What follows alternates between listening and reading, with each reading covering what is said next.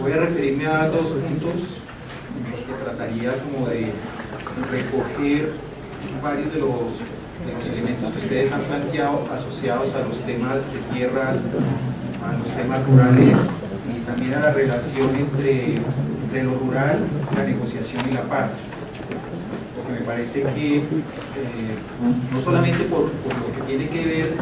la negociación que se está adelantando en La Habana, sino en particular porque creo que el tema rural es sustancial para las dinámicas de los conflictos en Colombia y es también sustancial para la construcción de la paz. Entonces, en ese sentido voy a referirme a una perspectiva general de por qué desde mi punto de vista están pasando estas cosas en las zonas rurales, y dos, cuál es esa relación que podemos establecer hoy día entre la negociación, la construcción de la paz y las cuestiones rurales. Lo primero, creo que hay un tema que se está volviendo sustancial en estos tiempos, que en el pasado fue enunciado motivo de algunas preocupaciones por parte de las ONG, de las organizaciones sociales, de la academia, de los partidos políticos, pero que hoy en día está sobre la mesa y es ineludible reconocerlo y tratarlo, que es una relación muy estrecha con las dinámicas del desarrollo y la emergencia de nuevos conflictos y la posibilidad de construcción de la paz. Es decir, hoy más que nunca, las políticas de desarrollo, el tipo de modelos de desarrollo, o modos, como de pronto diría por Iván González,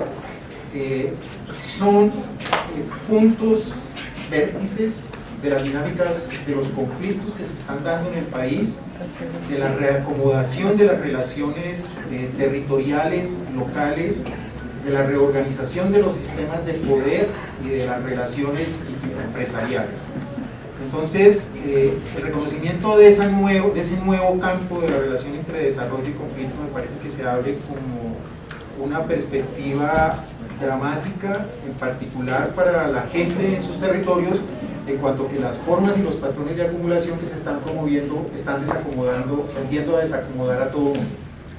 Entonces la pregunta sería ¿por qué? Pues las razones son varias, son muchas, pero para poder cumplir con los 15 minutos simplemente voy a enunciar las que me parecen sustanciales. La primera es que evidentemente hay una avidez de recursos físicos, naturales a nivel mundial para tratar de sostener esas nuevas dinámicas de la acumulación que se surten de nuevos tipos de productos que no era el tipo de productos que eran convencionales para las dinámicas tecnológicas hace algunas décadas. Y en consecuencia es un imperativo para esos patrones de acumulación localizar esos recursos, explotarlos y ponerlos en las dinámicas de los mercados internacionales. Por ejemplo, el coltan, las nuevas funciones que tiene el níquel, la necesidad del carbón ante los riesgos nucleares, la necesidad de tecnologías limpias que se nutren de muchos de los nuevos minerales que están siendo puestos en juego en las dinámicas de los patrones tecnológicos, el sílice, etcétera, etcétera. Entonces, esos recursos hay que encontrarlos y esos recursos hay que explotarlos para ponerlos en juego en las dinámicas del mercado. En consecuencia, eso está conduciendo a una disputa muy fuerte por controlar estos recursos. Y estos recursos están localizados en territorios específicos. No están, digamos, no tienen nacionalidad, tienen localidad. No importa si esos recursos son colombianos, importa que están en el Catatumbo, o que están en Cajamarca, o que están en el Quimbo, o que están en un lugar específico. Entonces, en la medida en que esos recursos tienen una localización específica y hay avidez por explotarlos, están replanteando la normatividad, la institucionalidad y el tipo de relaciones y de filiaciones que se establecen entre los grupos locales y el Estado. Por poner un ejemplo, para el caso del campesinado, que en décadas pasadas era sustancial en términos de su filiación con los obreros, explicada fundamentalmente por la importancia que tenían por la provisión de alimentos para mantener unos salarios bajos, en unos patrones de acumulación tecnológicos donde los obreros cada vez son menos necesarios, pues la relación filial con el campesinado se pierde y la adscripción que se había hecho entre Estado y campesinado deja de ser tremendamente importante. Entonces un campesinado que produzca alimentos desde el punto de vista de esos nuevos patrones de acumulación no se necesita. Y eso replantea obviamente las relaciones de articulación entre el campesinado y el Estado, y entre el campesinado y los otros sectores sociales. Entonces, en ese sentido, esa relación que tiende a controlar estos recursos, pues desestructura los territorios en términos de sus viejas configuraciones para reorganizarlo en términos de las nuevas relaciones que se necesitan perdón, para que esos recursos puedan ser sustraídos y puestos en las dinámicas del mercado. De ahí pues se desprenden nuevas formas de institucionalidad, nuevos patrones jurídicos y normativos, nuevas relaciones sociales y políticas, y nuevas formas de generación de desigualdad, de tal manera que incluso los viejos conceptos que utilizábamos para explicar la desigualdad, la injusticia, la inequidad, la democracia, deben ser incluso hoy repensados en términos de esas nuevas dinámicas, no porque las aceptemos, sino porque le están exigiendo al movimiento popular pensar nuevos repertorios, nuevas formas una manera distinta de comprender lo que está pasando, y en consecuencia la definición de nuevos repertorios para enfrentar lo que está pasando y para generar y fortalecer sus procesos de resistencia, y por qué no crear dinámicas de emancipación mucho más sólidas y más contundentes. Entonces, en términos nacionales, eso se expresa en dos cosas que me parecen sustanciales. Un ajuste legislativo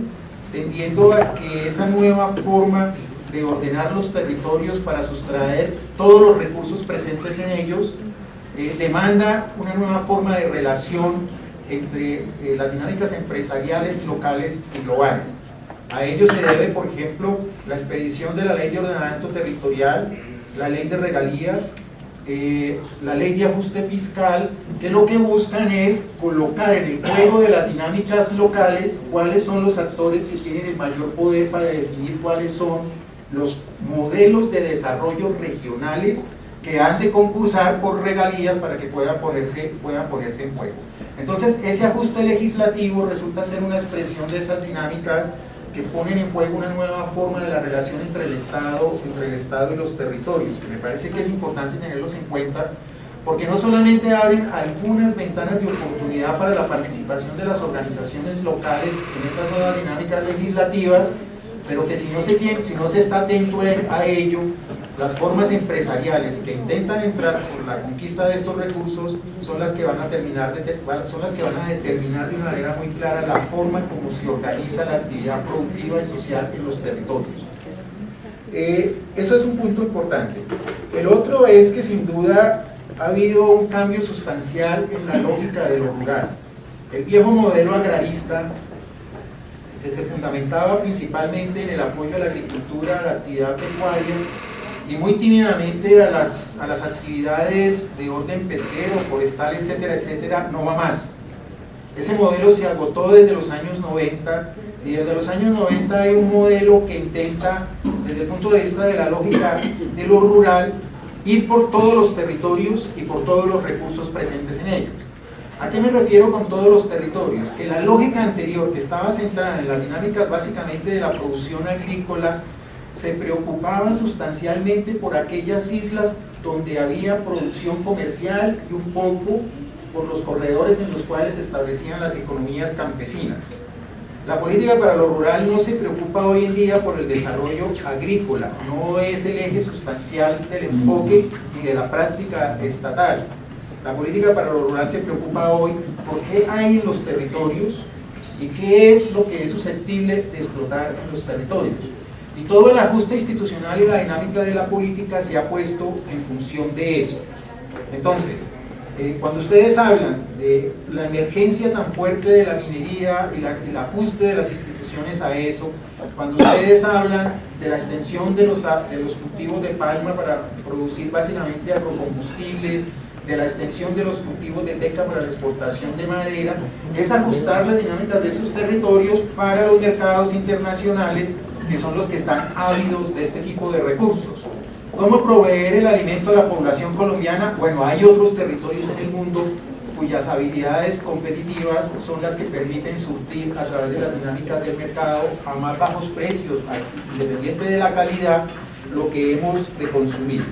Entonces, ese nuevo modelo de desarrollo rural está poniendo en juego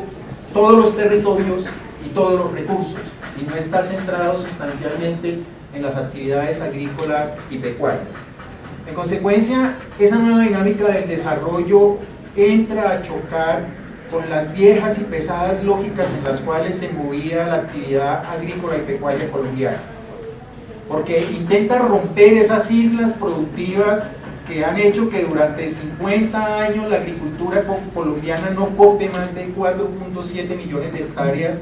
habiendo 20 millones potenciales, pero las rentas que obtenían los agricultores allí eran tan suficientemente lucrativas que no les interesaba para nada entrar a disputarle tierras a los ganaderos.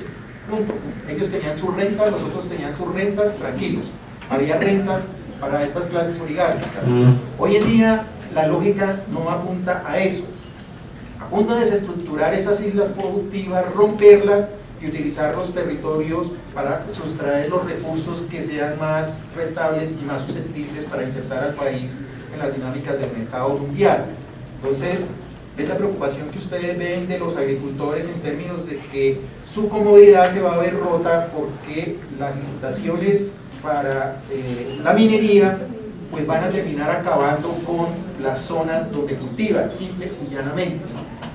Por ejemplo, en el Magdalena Medio, que quienes están aquí lo conocen, hay una gran duda de qué va a hacer Ecopetrol en la disputa que tenga que tener con algunos palmicultores, si en tierras de palmicultores hay petróleo.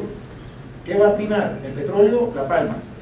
Bueno, vamos a tener derechos reales de superficie y otras formas institucionales para resolver ese tipo de problemas y sostener una dinámica de las rentas que ganan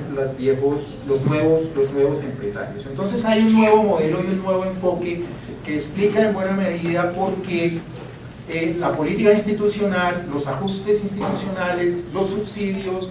y todo el marco legislativo nacional se adecúan para que lo que se defina para ser usado en el territorio cuente con recursos públicos a través de alianzas privadas que son las que van a poner en marcha esas nuevas formas de acumulación y modelos de desarrollo. En ese sentido, entro al segundo punto muy rápidamente. ¿Por qué me parece a mí que sí va a funcionar el acuerdo de negociación entre el gobierno y las FARC y qué tiene que ver eso con lo rural? Yo creo que hay al menos 3 razones sustanciales para que el gobierno colombiano haya querido entrar en una negociación con la guerrilla, en particular con las FARC, que es quien tiene mayor cobertura territorial. La primera, creo que son razones de orden de geopolítica regional, en el sentido que muchos de los proyectos que jalonan estas nuevas dinámicas del desarrollo, como el IRSA, por ejemplo, necesitan pasar por territorios donde el establecimiento de rentas, la vulneración de la ley, las presiones que se establecen sobre los inversionistas, las presiones que los inversionistas establecen sobre las poblaciones, dificultan las dinámicas productivas y dificultan que corra el capital. En consecuencia, es necesario resolver ese problema. No se puede entrar en un modelo de globalización hegemónica con buena parte del territorio inmerso en conflictos muy fuertes por actores ilegales que obstaculizan la libre movilidad del capital. Entonces, si se quiere poner eso en marcha, resolver el conflicto armado se convierte en un factor estratégico. De otro punto de vista, es también una geoestrategia de orden político asociada a que en la región el problema colombiano se estaba volviendo un obstáculo sustancial en términos políticos, en términos de derechos humanos, en términos incluso, hay viejos burgueses como Santos que se preocupan por cosas como que es el conflicto más fuerte, es el segundo conflicto más fuerte del mundo occidental de este planeta. En consecuencia, poder resolver problemas políticos, económicos, normativos, jurídicos en el contexto internacional con un conflicto de esta magnitud se vuelve también un obstáculo para resolver problemas, por ejemplo, asociados con tratados de libre comercio, que en particular el de Estados Unidos fue obstaculizado durante mucho tiempo por la mirada sobre los derechos humanos que se hacía en los Estados Unidos. Entonces es un problema incómodo en el contexto internacional y se hizo desde el punto de vista de un gobierno burgués conservador como el de Santos entrar a resolver. Eso no funciona en una lógica de un gobierno básicamente con una perspectiva regional de los problemas como Uribe, funciona distinto en una lógica de un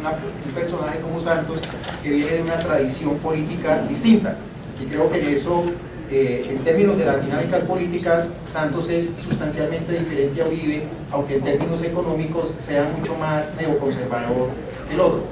Pero el problema colombiano se estaba volviendo efectivamente un obstáculo para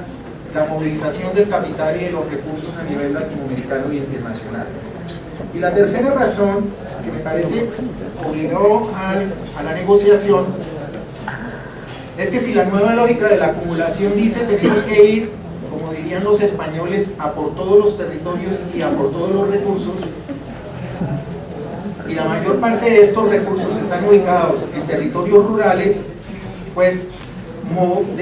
dinamizar o modificar o consolidar un nuevo patrón de desarrollo rural se vuelve sustancial, en particular porque la mayor cantidad de las fuerzas irregulares, ilegales, se mueven en territorios rurales.